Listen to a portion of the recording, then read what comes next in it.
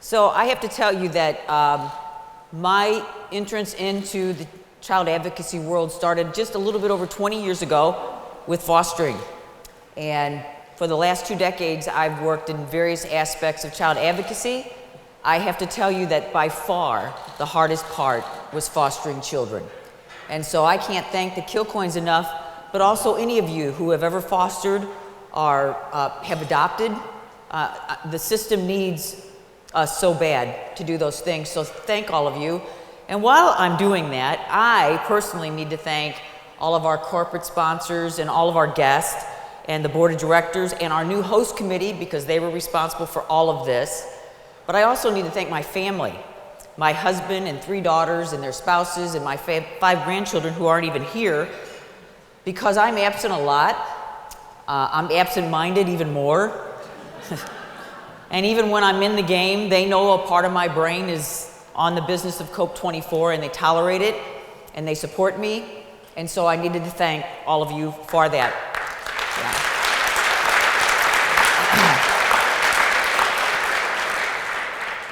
Lori mentioned to you that our mission statement is to make parenting education a national priority. And the longer version of that is that we would like to see parenting and child development education be reaching all of our students in all of our high schools, secondary only to the core subjects. And I suspect that once you have a chance to sort of digest that, there would be some of you that would say, well, I don't know if I could go that far. There's no children being abused in our family, and our children have a limited amount of time in high school, so do I really want my child's time to be taken up on those kind of courses? And so I have an even less amount of time with you here tonight, so I want to make that case. So I want to do a little experiment, so I want to ask all of you to stand up.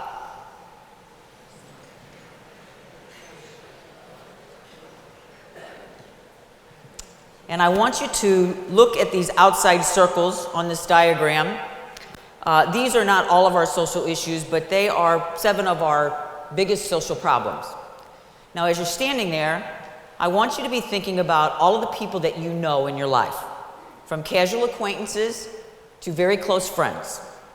People that you work with, people that are in your neighborhood, people that go to church with you, people that are in your family. Okay? Get those people in your mind. And we're going to start at crime, and we're going to go real fast clockwise. I'm going to ask you some questions. You do not need to answer those questions. It's just to provoke thought. Now, how many of you know a criminal? I do not mean that they have to have been caught, prosecuted, and convicted.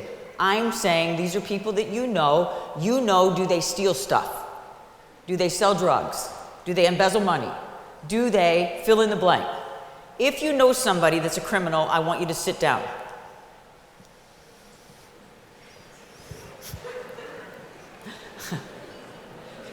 Okay? This is going to go really fast. How many of you know somebody that's sitting in prison right now or has ever been in prison? Sit down. This next one's going to get you. How many of you know somebody that really struggles with mental health? And I don't mean they have to be medicated or in therapy. These are people you know. Are they struggling with depression or mood swings or anxiety or anger? If you know somebody like that, I want you to sit down. Now, look around this room. There's very few people left standing, and we're only to issue number 3. Okay, so I don't want those people to feel embarrassed, so everybody stand back up. Last time. Okay? Yeah, it's aerobics. I tried to warn you. All right, how many of you know somebody that's been a victim or a perpetrator of domestic violence? Sit down.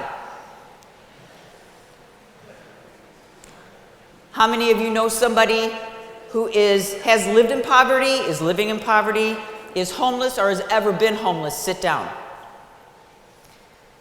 And finally, how many of you know somebody that's a drug addict or an alcoholic? Sit down. Yeah, look around the room.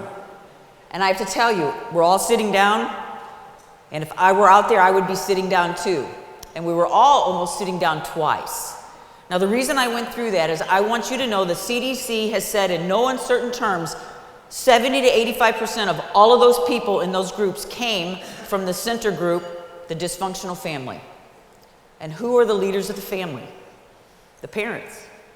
So if we can get out in front of this, we have a chance of making healthier families, which makes healthier communities. That's all we're trying to do. That's all we're trying to say. This fall, I had the opportunity to speak at several national conferences. And after one of my presentations, a woman came up to me and she said, "I need to share a story with you." I said, "Okay." She said, "All right, there's a guy, he's fishing in his boat downstream. He decides he's done for the day, so he reels in his line, he packs up his tackle box, and he starts rowing upstream. And he's just rowing and rowing, and he sees a child in the water, just floundering around. There's nobody there to help him. He's going to drown. So he rows over to this child, and he picks him up, and he puts him in the boat, and he rights himself, and he starts rowing again. And not before long, he sees another child, just floundering in the water by herself. So he rows over to her, he picks her up, he puts her in the boat, and he begins rowing again. And he's rowing, and he's rowing, and the further he goes, the more kids he sees floundering in the water. But he just keeps rowing and rowing, and the little boy says, "Mister, we have more room in this boat." He just keeps rowing and rowing. And the little girl says, "Mister, we can't save all of these kids, but we can save some of them." But he keeps rowing and rowing, and these kids start arguing with each other. They're getting mad. And he finally says to them, "Look, I'm trying to get upstream to figure out who's throwing all these kids in the water." And she said, "That's COPE24. And I thought about it, and I thought, you know, you're right.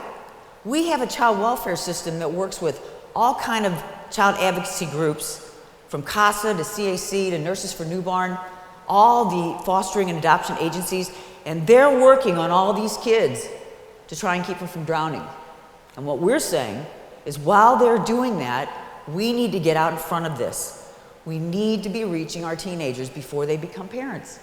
And look, if all of our kids went to church, I'd be knocking on the doors of every church, but they don't. If they all hung out in the park, I'd be knocking on the doors of park and recreations and saying, "Look, we got to do this." But they don't. Most kids are in school at least through sophomore year. And so we have a chance to do something about this. Now, this board of directors is on me every year to get testimonials from teachers. And I'm always thinking about the family and consumer science teachers who teach these classes, because that's who I have relationships with. But St. Louis is just like a little dot on the map of the United States, so I'm not in St. Louis that often. So that's more of a challenge than you would think, but it turns out we have teachers lurking in this audience. And I heard a story last year through the grapevine about one of our teachers. So I called her and I said, "I heard this story, but I need to hear it from you." So she shared her story with me. And I said, "Carissa, you're going to be at this gala. Will you come here and give a testimony?" And she said, "Oh, good God, I could never get up in front of all these people and speak." I said, "You speak in front of 6th and 7th graders every single day. That is not the same." I said, "You know what? I don't think this audience is going to have a bit of trouble acting like a bunch of 6th graders." I couldn't convince her. So I shared that with the board, and the board said, "Hello, you make videos." See, I need them, and so that's what we did. We got Carissa's testimony on video, and we are going to end this portion of the evening with Carissa's testimony. Before I leave this stage, though, I need to thank all of you. Lori told you this is our 6th gala, and there are some people in this room that have been here all 6 years.